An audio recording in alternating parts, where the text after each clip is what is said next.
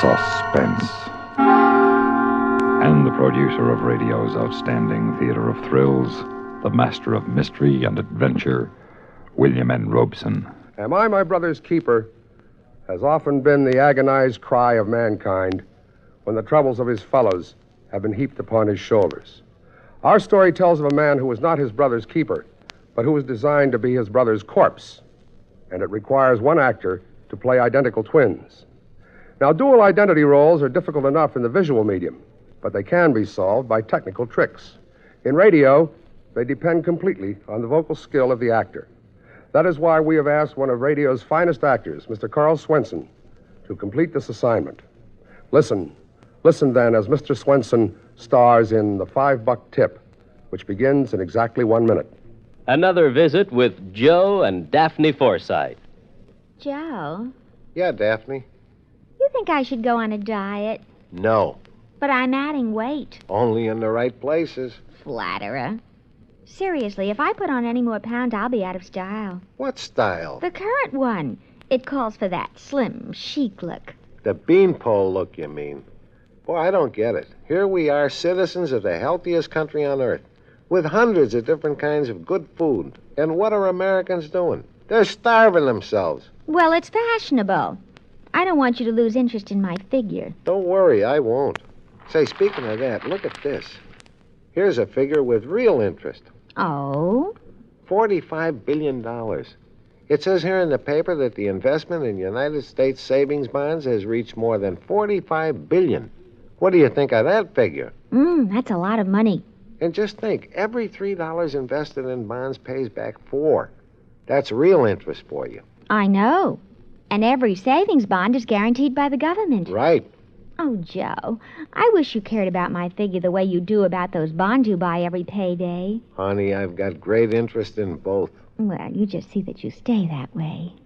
And now, $5 Tip, starring Carl Swenson.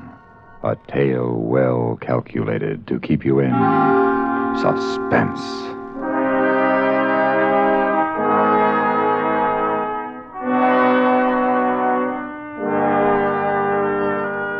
I had flown all the way from Cleveland to be with my brother on his last night, and it was no joyride.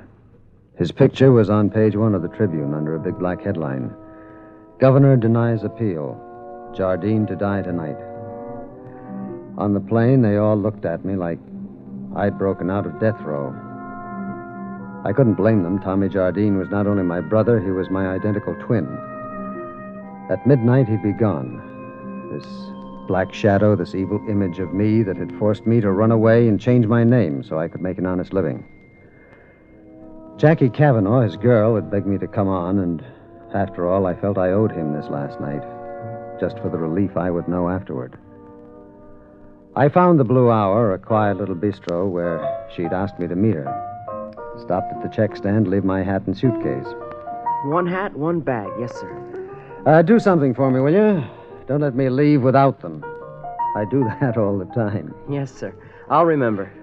Hey, you look like... Yeah, I know who I look like. I'm supposed to meet a Miss Cavanaugh here. Yes, sir. In the corner booth. Red coat. Thank you. I fumbled in my pocket for something to help his memory. Found a bill and laid it on the counter, thinking it was a single. I didn't know until later it wasn't. It was a 5. All things considered, it was the best $5 I ever spent. Jackie Cavanaugh was staring into her scotch, looking very lonely. And she had reason to. She'd been in love with Tommy for as long as I could remember. Sit down, Mark. Thanks. What time will we do over there? 8:30. No visitors until 8:30. The warden's a bearcat for rules. You're looking more like Tommy every day, Mark. There's nothing I can do about that. Try to be kind to him on his last night, will you? Yeah. I'll try.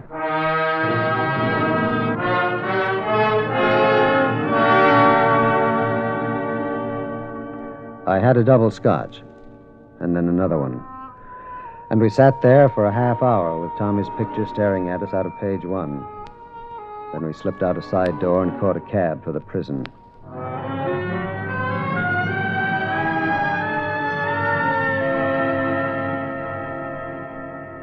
The warden was a thin-faced, white-haired man with a tired, worried look in his eyes. I'd like you both to know you're legally entitled to visit Tommy Jardine tonight, but I must also make clear I don't approve of it. Why not? He's facing the greatest trial a man can be put to. He can do it best alone. He's called for his parish priest. 2 of them are down there now. But if you insist on seeing him, you'll have to decide now. In 5 minutes, the main gates will be locked until after the execution. Mark, I think I'll stay here. Well, I thought... So did I. But I just can't bear to go through with it. I understand. All right, Warden, I'll see him alone.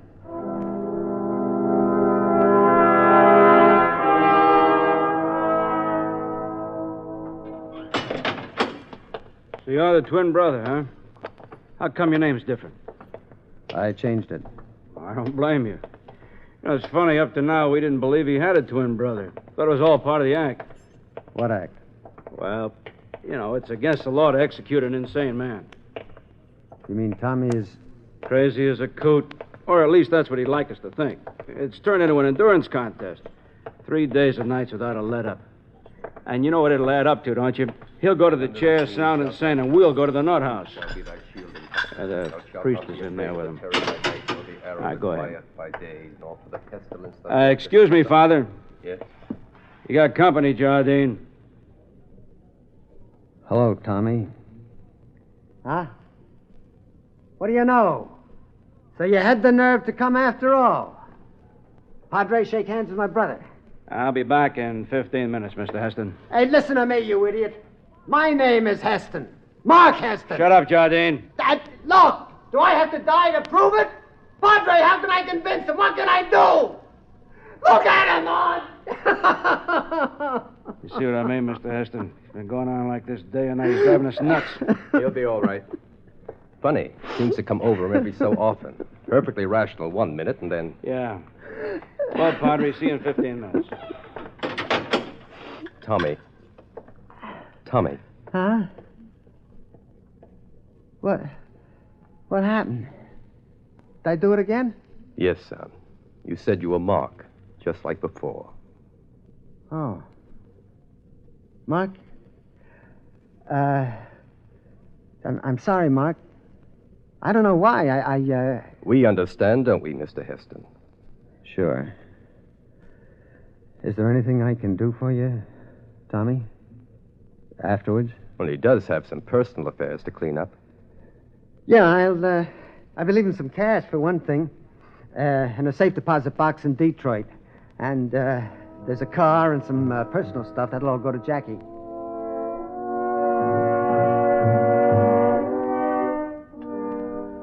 I took a pencil out of my pocket and looked around for something to write on. Sticking out from under the Bible on the table was a blank card, so I picked it up and turned it over idly as I waited for Tommy to go on. There was printing on the back.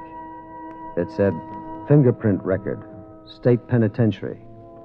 And it had Tommy's picture and history, but the spaces for the fingerprints were blank. Then they jumped me. I got him, Tommy. The arms, Mike. Get his arms. Got him. Get the needle. Inside the book. Pages cut out. Okay. Hold him still now.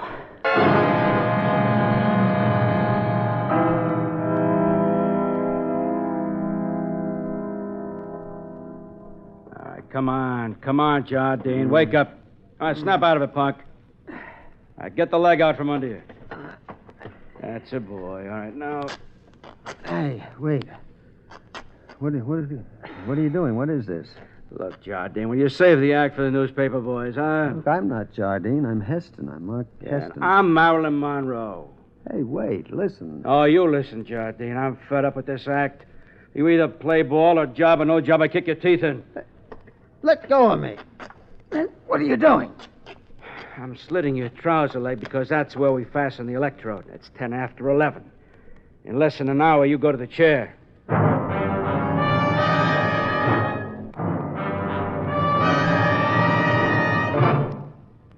In a moment, we continue with the second act of Suspense.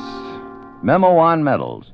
Interesting information about our military awards and decorations.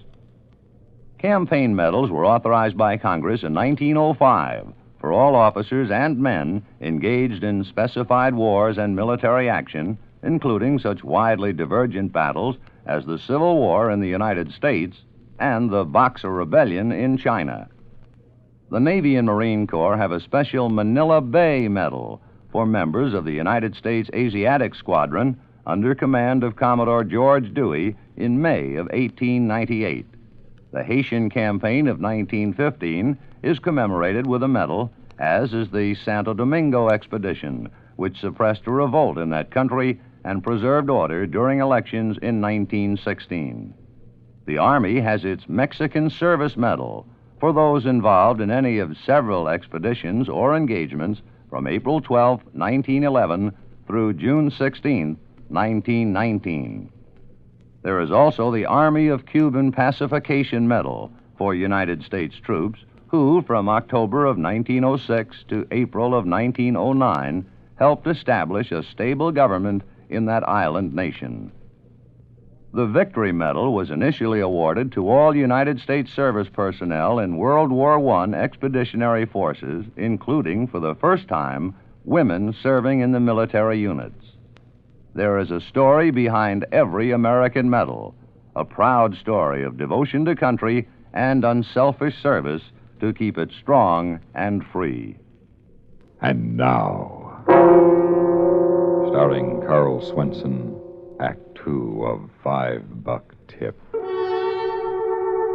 Slowly, one by one, the facts came into focus.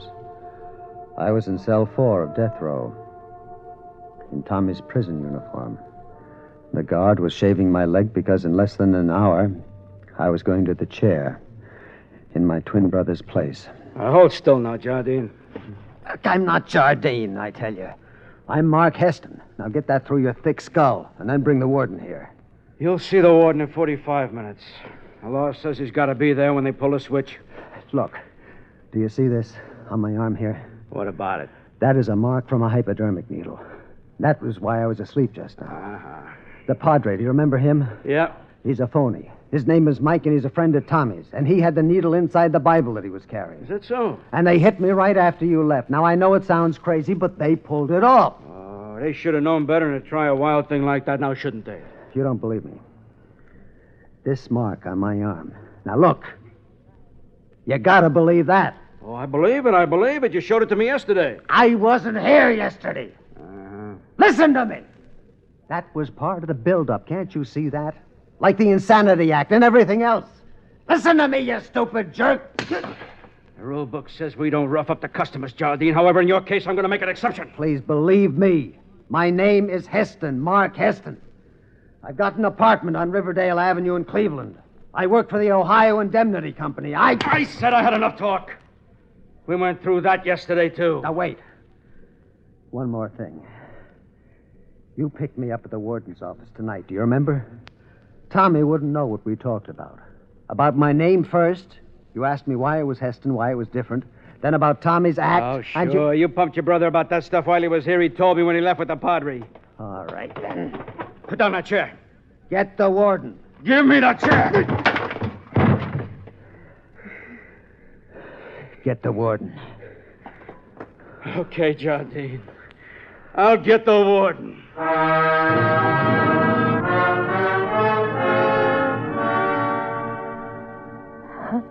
can't stand it. I can't stand it another minute. Look, warden, I gotta get her out of here. She's going to pieces. Can't you see that? I made that clear to you, Mr. Heston. The main gate's locked until after the execution. Regulations. Can't you forget? Let me go. I can't stay here while they kill him. Let me out of here. Please, warden. All right, I'll call the gate. Come in. Warden, can I talk to you for a minute? What is it, Louis? I can't handle Jardine. All right. Excuse me a minute, please. Tommy. Shut up. I got a feeling we're not going to make it. You're doing great. We'll be out of here in 5 minutes. What are they talking about? What's he telling the warden? Can I go now, Warden? I'm afraid you two will have to stay here in the office for a few minutes. I may need you.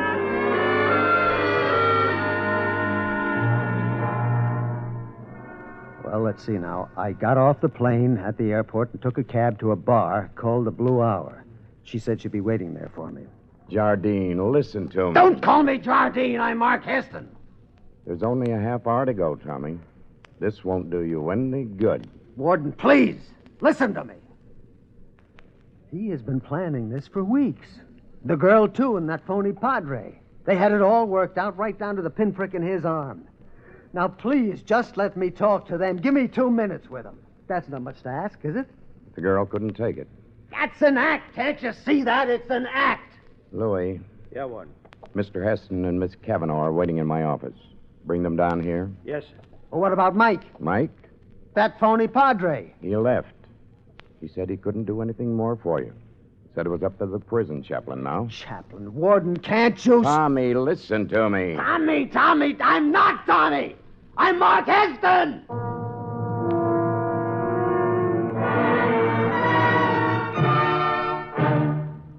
In just a moment, we continue with the third act of Suspense. We have, together, ample capacity and freedom to defend freedom. This is NATO, the North Atlantic Treaty Organization. The 15 nations comprising the North Atlantic Treaty Organization have reaffirmed their faith in the aims of the United Nations. They have reaffirmed a desire to live in peace with all people, all governments. NATO is a framework within which the member nations can cooperate in every way to achieve peace and freedom for the world in our time. The United States of America is a part of NATO. You should be aware of and alert to the objectives and programs of the North Atlantic Treaty Organization. And now, starring Carl Swenson, Act 3 of $5 Tip.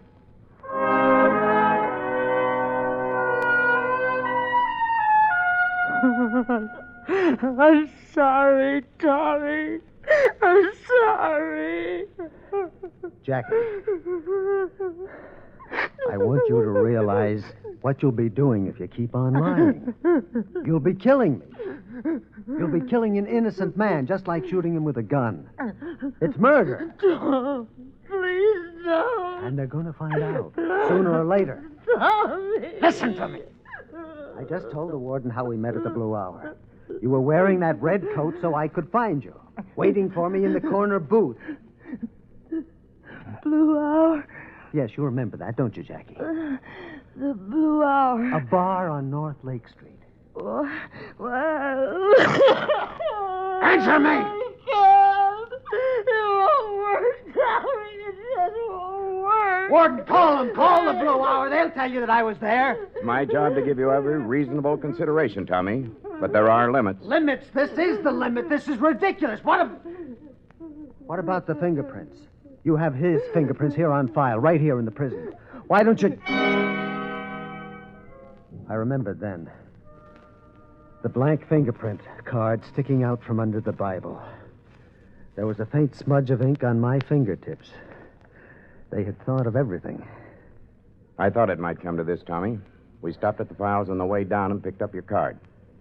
Give me your hand. Warden, I forgot to tell you something. Give me the ink pad, Louis. Yes, sir. No, Warden, I hope this will settle it once and won't for all. settle anything. I looked at Tommy while they took my prints. The corner of his mouth was twitching again. But he didn't dare look me in the eye. Well, there you are, Jardine. They match perfectly. Well, of course they match. They're my prints on the card. My brother and that phony priest took them while I was unconscious and switched cards in the files. Come on, Louis. Yes, sir. Tommy, it's 20 minutes to 12. Prison chaplain will be here in 5 minutes if you want him. Wait! Look, don't you walk out on me. I am Mark Heston, I tell you. There was a switch. Look! Look at him! Can't you see it? You've got the wrong man! The wrong man! There was my last faint hope. And all that was left was the horrible, unbelievable truth. They were going to do it. They were actually going to execute me. The lights dimmed, then brightened, and then dimmed again. And from down the corridor behind the door came a faint whine. With 15 minutes to go, they were testing the chair.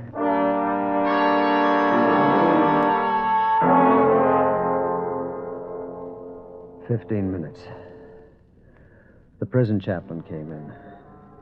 I had nothing more to say, nothing anyone would believe, so I told him to go away. Then Louis came back with a couple of assistants, and they shaved my head. 8 minutes. 7. 6. A kind of paralysis took me. I could hardly stand up. I could hardly breathe. 3 minutes. The chaplain came back again, and more guards. Finally, the door to the block opened, and the warden walked toward my cell. The hands on the clock over the door were almost straight up. The time had come. The warden moved slowly through the crowd of witnesses, white-faced and shaken. He took my arm. Come on, Mark. Okay. There's nothing left to... Wait. You called me Mark.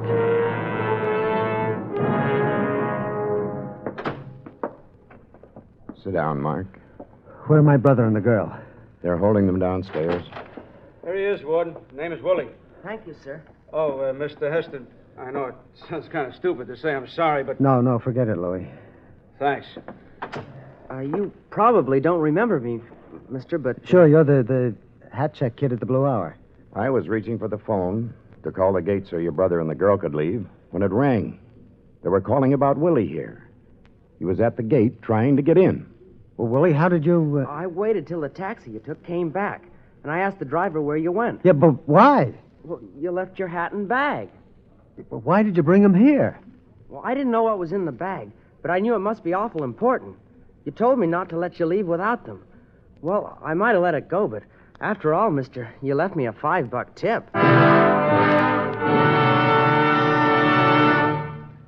Suspense, in which Carl Swenson starred in William N. Robeson's production of $5 Tip by Harold Swanton. Supporting Mr. Swenson in $5 Tip were Kathy Lewis, Henry Blair, Jack Crucian, Jerome Thor, and Ken Christie. Listen again next week when we return with another tale well calculated to keep you in suspense.